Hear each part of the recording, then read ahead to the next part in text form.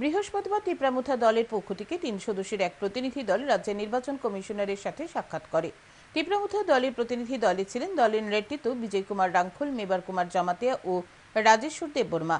রাজ্যের নির্বাচন কমিশনারের সাথে সাক্ষাৎ করার পর নিজ বাসভবনে সাংবাদিক সম্মেলন করে বিজয় কুমার রাংখল জানান, এডিসির 2টি আসনে উপনির্বাচন হয়নি, সেই বিষয়ে নির্বাচন কমিশনারকে অবগত করা হয়েছে। সহসাই নির্বাচনের উদ্যোগ গ্রহণ করার দাবি জানানো হয়েছে।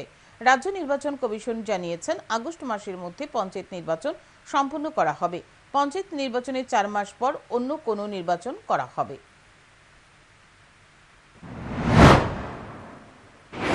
উনি বললেন যে পঞ্চায়েতই এটা আগস্টের মধ্যে করা হবে, এরকম একটা উনি বললেন। তারপরে 2টা এডিসি সিট ব্যাপারেও উনি আলোচনা করেন এবং পঞ্চায়েতই ইলেকশনের পরে 4 মাসের পরে অন্য কোনো ইলেকশন আমরা করব।